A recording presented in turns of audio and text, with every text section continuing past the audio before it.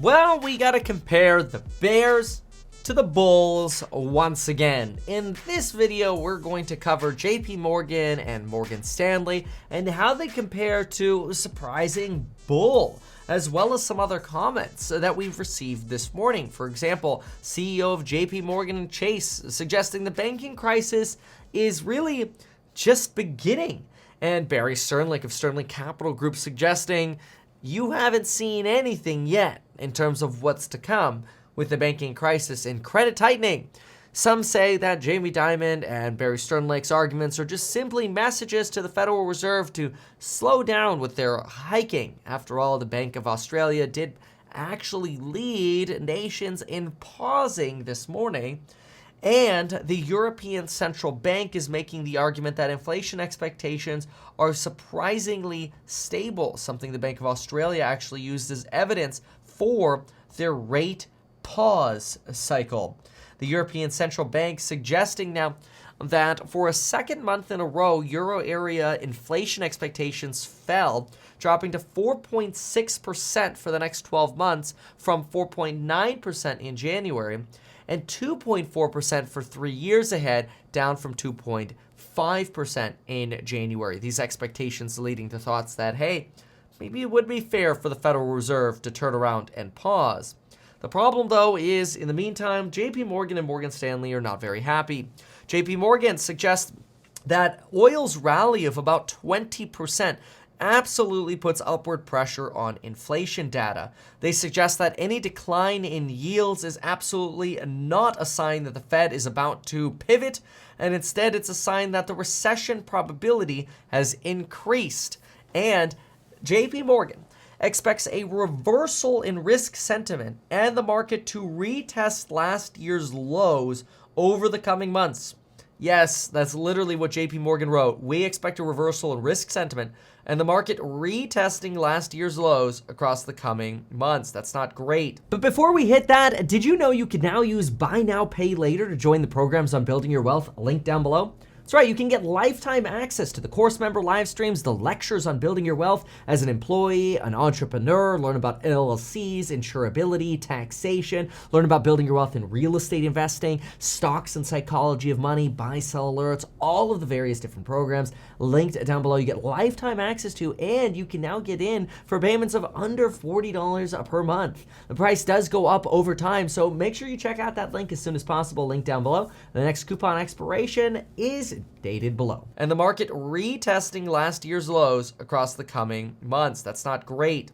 Last week's survey by JP Morgan indicated that 37% of individuals at JP Morgan plan to increase their equity exposure. 76% plan to increase their bond duration portfolio in the near term. This is a sign that you've got a relatively bearish equity positioning still. This is similar to Bank of America suggesting it's been 20 years it's been 20 years since we've had this low of equity allocation to markets. Cash positions at 3-year highs, and Goldman Sachs wondering where are the bulls when 85% of our customers are either bearish or neutral on adding funds to the market in this environment.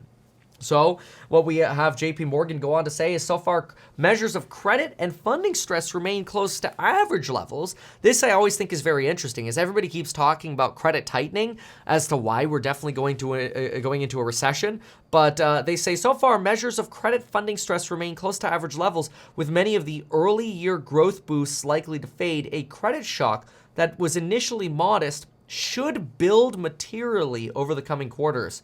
So red flag here from JP Morgan. They believe that stocks are set to weaken for the remainder of the entire year. Morgan Stanley gives some insight into this as well. Morgan Stanley suggests, will large caps continue to hold up the S&P 500? And Morgan Stanley thinks no. Morgan Stanley is of the mindset that investors believe that the Fed's recent intervention into the banking crisis is a form of quantitative easing, but they are sorely mistaken. The recent pop in the Fed's balance sheet is not like quantitative easing, where in quantitative easing you basically provide cash and stimulus checks to businesses and people via PPP loans or direct payments, and those actually increase the velocity of money and the money supply. Whereas the quantitative easing that we generally just saw during the banking crisis is different. That is, what we just saw in terms of easing was really not a way of changing the velocity of money at all. It was only a way of briefly boosting bank reserves, and when those draw back down, we'll be right back to the quantitative tightening path, along with now the compounded impacts of a credit tightening cycle. This, in the eyes of Morgan Stanley, is crazy. Morgan Stanley suggests that major indices appear to be shrugging off the real risks of an earnings recession coming. And this earnings recession and deceleration of growth could be a lot more painful than previously expected. Here, they show that big tech stocks have actually been buoying the performance of the S&P 500, and they believe that tech is actually more pro-cyclical and bottoms coincidentally with the broader market in bear markets due to a beta of just over 1.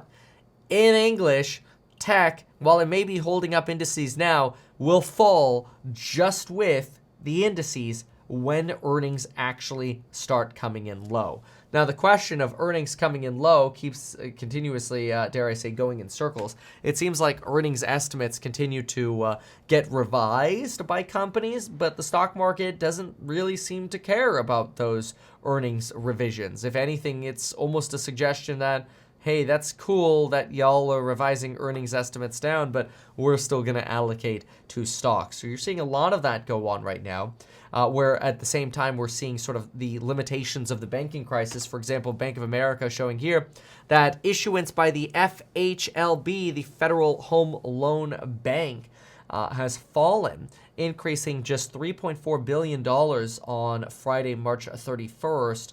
On March 30th, increasing only $3.4 billion, declining $23 billion on Friday.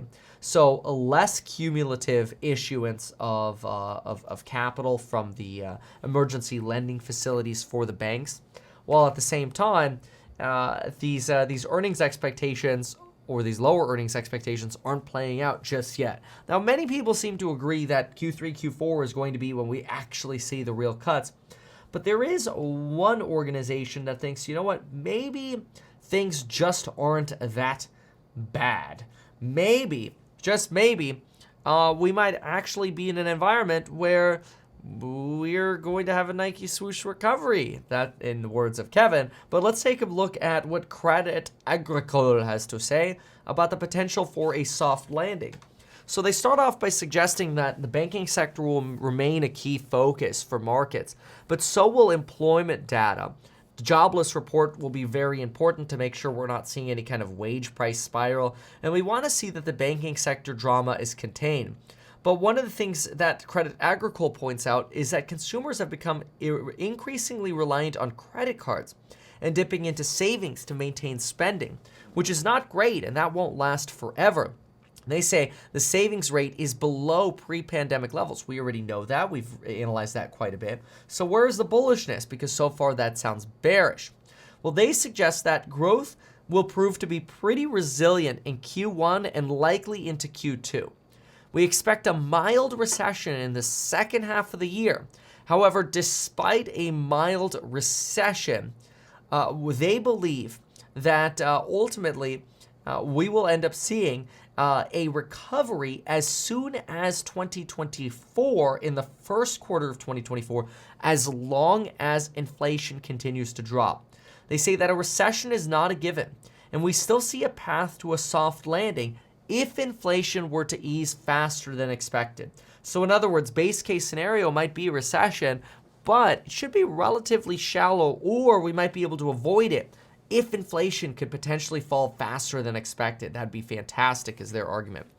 Now, by the end of 2023, they think inflation will be in the low 3% range, and that an improvement in inflation data could also allow the Fed to really cut solidly in 2024, specifically in the first quarter. Technically, January is still considered the sort of last quarter of the hiking period for the Fed for 2023. So when the bond market prices in cuts for December of 2023, that actually extends into the January Fed's meeting. So it gives you a little bit of insight here into where the bears are pointing out, hey, we've still got issues brewing here, and we could be going to lower levels, especially if inflation remains any stickiness or maintains any stickiness at all. Credit Agricole takes the opposite approach and says, hey, look, as long as inflation trends down, we're going to start seeing those cuts pretty soon, and we could actually avoid a recession, especially if inflation falls faster than expected, which would be awesome. So that gives you an update on the Bears and the Bulls.